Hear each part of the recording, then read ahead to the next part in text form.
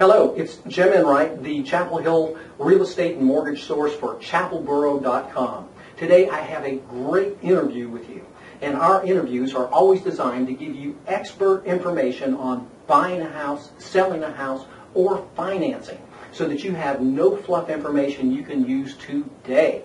Now, I'm really pleased to introduce both Debbie Earp and Robin Mullis of the Earp Group here in Chapel Hill. Ladies, welcome. Thank you. Okay. Well, there's been some big things that have gone on this year as far as real estate contracts that have changed. And I think this happened in January. Is that correct? That's correct. What should our viewers know about the new contract that's important from both a buyer side and a listing side? Well, I think the most important change has been that there has been added a due diligence period during which the buyer has a chance to do all the inspections and investigations of the property that they want. Up until that due diligence period is over, the buyer can change their mind, not purchase the house for a reason, or even if they don't have any reason. So that's the main difference. And it sounds very scary to people who aren't used to it. Yeah, sure. But there are some good things about it also for the seller. So what's good about this for the seller? Well, at first glance, it doesn't look like there's much good for the seller, but in reality, in my opinion, there really is a good change.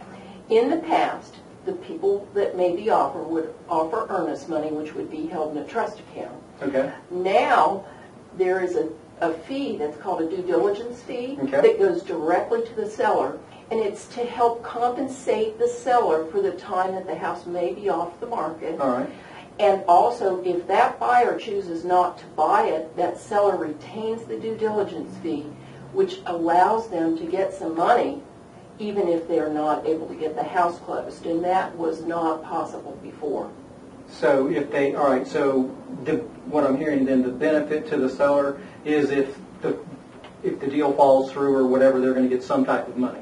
Correct. It's negotiated between buyer and seller. Okay. And of course, sellers would like to see it higher, buyers would like to see it lower. So it's something we have to agree upon, but for the first time it does give some compensation to the seller. Okay, great. And Robin, from a buyer's perspective, is there anything that's particularly important about this new contract? Well, again, the due diligence fee, as Debbie pointed out, is a different perspective for the buyers, because I know, as representing them, that if they choose to walk away from this, within the due diligence period, of course, they get their earnest money back, but that due diligence fee stays with the seller. Right. So I'm, of course, not wanting them to put down a whole lot of money because for the threat of or possibility of losing that. But so it's really that negotiation of understanding that the seller probably deserves something for having it off the market, but I want to protect my buyers by not putting down, thousands and thousands of dollars. And I want thousands and thousands. So that's how we have to work it out. And I do understand that the seller would want a higher fee there. Also, the due diligence period is we need to make it where it works for everybody, because and you know that better than anyone. Exactly. So. Because we have a lot of inspections to do, the seller would like to probably see it a shorter time because they don't want to have it off the market. Whereas a buyer says, I might need 4 weeks because I might run into, in doing a home inspection, what if I need a structural engineer? And then it takes a week to get the structural engineer scheduled. So it's a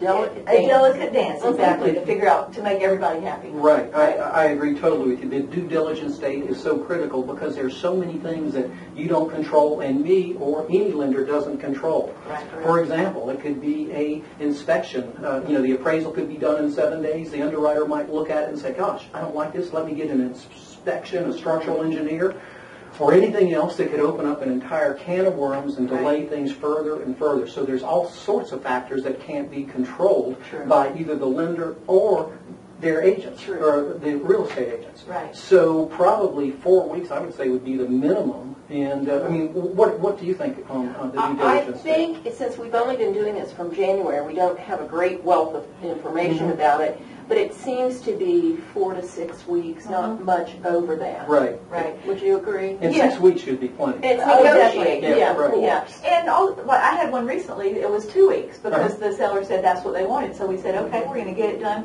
We ended up having to extend that a couple days, which everybody agreed upon. So you can extend it. Oh, It that's just a good has to point. be the buyer has to say, I need a couple more days. Would you agree to that? And if we're, everybody's moving in the forward direction, it's not a problem. But that was definitely quick, 2 weeks. But it has worked for us. Okay, so it's typically set in stone, but there's communication where things can change if there's Absolutely. good Exactly. communications and everybody's making great effort. Right. Super. Okay. Exactly.